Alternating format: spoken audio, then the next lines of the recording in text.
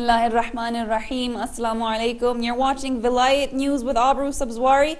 And now to the headlines for today.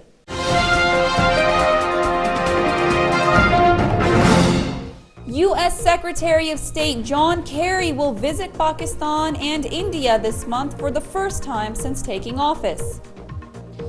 A Yemeni Shia funeral turns into a protest. Turkish protesters reject Erdogan's ultimatum to leave the Istanbul park. Iran prepares for the 11th election since the 1979 Islamic Revolution. In Egypt, a Salafi group sets up the first anti-Shia center to counter the spread of Shiaism. At least 93,000 people have been killed in the Syria conflict over the last 2 years, according to the UN. The 4th of Shabaan marks the birth anniversary of Hazrat Abbas alayhi salam. Celebrations are taking place worldwide. In between the ongoing Shia genocide and massacre, Shia Muslim students continue to raise the bar of academic excellence.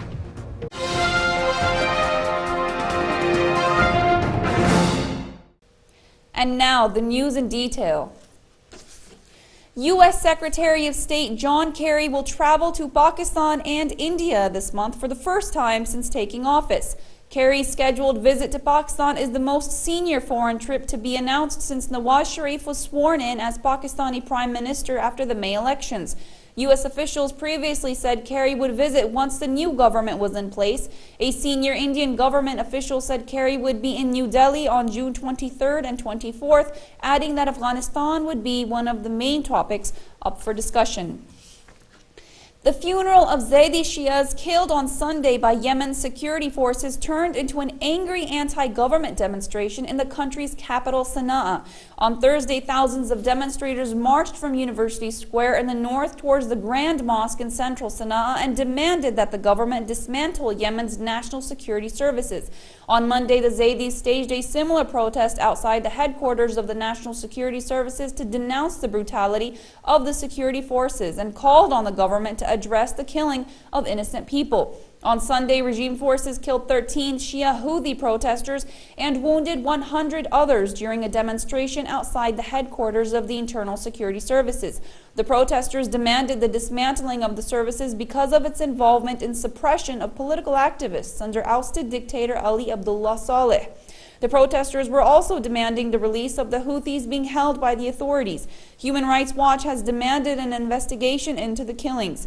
Yemen's Zaidi population, also known as Houthis, have long been protesting against oppression and discrimination by Yemen's Saudi-backed government.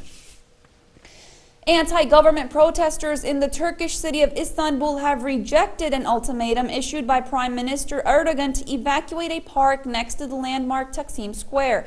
Turkish Prime Minister Erdogan has entered into emergency talks with representatives of anti-government protesters after they rebuffed his ultimatum to leave Gezi Park in central Istanbul. On Thursday, demonstrators converged once again on the park despite the stern 24-hour warning to leave the site. Earlier in the day, Erdogan issued a last warning for thousands of protesters to evacuate Gezi Park. In a live television broadcast, Erdogan stated he is making his last warning and asked mothers and fathers both to withdraw their kids from there. The death toll from clashes between anti-government protesters and police in Turkey has reached 5. Meanwhile, the Turkish government has said it is ready to hold a referendum on the Gezi Park development project in an attempt to put an end to the ongoing protests in the country. Today, Friday, June 14th, marks the first round of the 11th election for President of the Islamic Republic of Iran. Millions of Iranians went to polling stations to determine the President of the Islamic Republic for the next 4 years. Around 50 million eligible voters in Iran have casted their votes in the Friday presidential election as the 6 candidates wrapped up their final day of campaigning across the country Wednesday. There were 6 candidates to choose from for Iran's first new president in 8 years. Speaking on the last day of the campaign, Iran's Supreme Leader Ayatollah Ali Khamenei had called on voters to turn out in big numbers on Friday, pointing out that the strong presence of the Iranian nation will support the establishment of the Islamic Republic. The winner in the 11th presidential election since Iran's 1979 Islamic Revolution will replace the current president Mahmoud Ahmadinejad. Among the problems to tackle will be high unemployment and inflation, as well as international sanctions imposed over Iran's disputed nuclear program. Under the election law, a presidential candidate must obtain more than 50% of the votes in the initial round to win.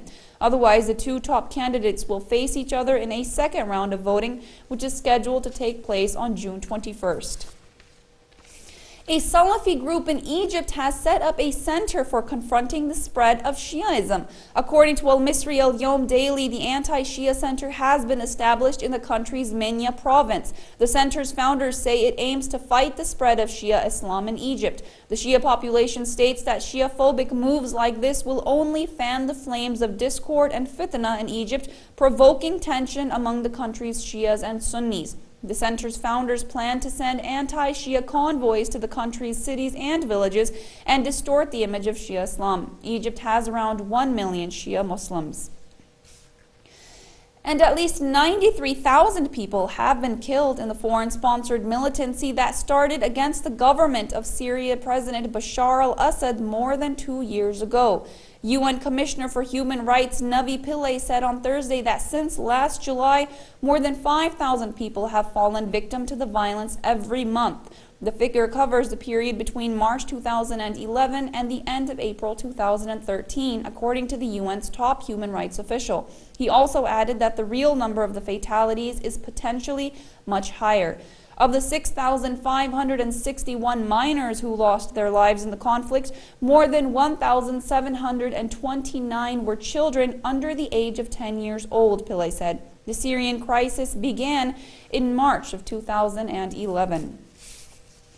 Today is the 4th of Shabaan, marking the birth anniversary of Hazrat Abbas alayhi salam. On this blessed and auspicious occasion, on the Viladat of the moon of Bani Hashim's progeny, we extend our joyous greetings and felicitations to the Imam of our time, may Allah hasten his reappearance, and to all the believers of the holy Ahlul Bayt alayhimus salam all across the world. Hazrat Abbas was born in Medina on the 4th of Shabaan in 26 AH to Imam Ali alayhi salam and Momineen. On his birth, Medina was shining and the whole world was glittering. Waves of pleasures flowed in the family of Imam Ali alayhi salam on the birth of their magnificent moon that would light this world with his merits and would add immortal glory to the numerous glories of the Hashmis. It was the desire of Imam Ali alayhi salam that his son, whom he named Abbas, would accomplish the same deeds of valor and would follow his teachings without fear of life and death. It was also his wish that Hazrat Abbas would be a constant companion of Imam Hussein alayhi salam and be his standard bearer at Karbala. Imam Ali alayhi salam, who himself was known as the Lion of God and the gateway of knowledge, brought up Hazrat Abbas and skillfully guided him till he was 14 years old. The next 10 years of his life were spent under the careful eye of Imam Hassan alayhi salam, and the last 10 years with Imam Hussein alayhi salam. Thus, it was not surprising that Hazrat Abbas acquired near perfection in so many spheres of life. His gallantry, boldness, courageous outlook, and the art of combat and soldiery were inherited from Imam Ali alayhi salam, which he proved in the battles of Jamal, Siffin, and Narwan. Hazrat Abbas was a towering and handsome personality. His dauntless courage, supreme confidence, and unflinching loyalty earned him many titles. He was called Qamar Bani Hashim, moon of the Hashimis, because of his imposing appearance. His remarkable horsemanship made him Sayyid al-Furasan, the chief of horsemen. His ability to lead people resulted in him being called Rais al-Shujan, the leader of the valiant, and the manner in which he sacrificed his life earned him the title of Afzal al-Shuhada. He fully lived up to his name Abbas. Hazrat Abbas was killed on Ashura, the 10th of Muharram, on the banks of the river Euphrates when he had sought to bring water for the children in the camp of Imam Hussein alayhi salam. It is more than 1400 years later since this tragedy occurred, and still millions of pilgrims keep going there year after year from all parts of the Muslim world to pay their respects to the gallant Abul Fadl al-Abbas at his magnificent mausoleum. They offer salutations and pray to Allah for their needs, seeking his intercession. The real grave of Hazrat Abbas is beneath the mausoleum. Environmental effects have caused the Euphrates River's direction to change, and now nearly 1400 years after the Battle of Karbala, the river is flowing around the grave of Hazrat Abbas. It is said that the Euphrates River has come to Hazrat Abbas now itself. It is rightly said that you can torture, oppress, and even kill a person, but you can never kill, suppress, and hide the talent and the inborn inequalities that lie within that person. And that is exactly what these three students have proven to the world today. Shia Muslims across the world are being victimized, oppressed, tortured, and brutally killed, and not just killed, but openly selected and targeted through their professions and talents. Doctors, lawyers, educationists, activists, and even innocent talented children and students who could have one day been at the top of the world, leading people and nations, but were instead martyred mercilessly. Perhaps it is the fear of the terrorists who know that these people who, if left alive, have so much talent, intellect, and inborn instinct inherited from their imams and the Ahlul Bayt alayhimus salam, that they will ultimately reach the top and succeed. This is exactly what a visually impaired Naqi Haider Rizvi, who topped the engineering exam at Al Faisal University of Saudi Arabia recently, scoring the highest GPA in his year, proved to the world. My name is Naqi Haider Rizvi, and I stand in front of you as a proud graduate of Al Faisal University from the College of Engineering. Rizvi, the son of an Indian mother and Pakistani father, said he is grateful to his family for their support and strong belief in his abilities. He added that although he was a child with special needs, they pushed him to do his best and treated him like a normal child. Rizvi said he would like to tell people across the world that vision is more important than sight. Hardworking Rizvi said that although he is visually impaired, he continued to study hard to fulfill his parents' wish, who were very proud of him today. He said many people assume engineering to be an impossible goal for a completely blind person, but the support and confidence his family and teachers made him all across hurdles and reach his goals. Naqi Rizvi says he wants to help visually impaired individuals and motivate them to pursue science and other technical disciplines in order to alter the perception people harbor toward visually challenged individuals. And in Iran, 2 women have reached academic excellence. The first, Mrs. Alizadeh Sani from Iran, has been given the title for the Best Woman Inventor at the 41st International Exhibition of Inventions of Geneva 2013. Mr. Vladimir, the Deputy General Director, gave her the award through the Russian House for International Scientific and Technological Cooperation for her excellent method she invented for determining the need to give angiography to patients with symptoms of coronary artery disease. The second top scholar is Atiye Kazemi Mojarrad, an Iranian woman who was among the winners of UNESCO's Young Scientist Award. Ms. Mojarrad won the UNESCO's Young Scientist Award for her research in sustainable development of biosphere reserves through the promotion of key ecosystem services.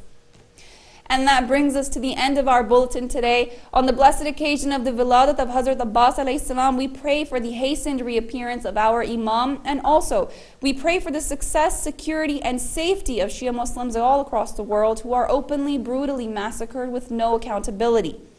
If you would like to share your community's news or events with us, you may email us at news@VelayatTV.org. You can catch the latest headlines and more by logging on to our website, VelayatTV.org. Many thanks for joining us today. Till next time, I'm Abroo Sabzwari.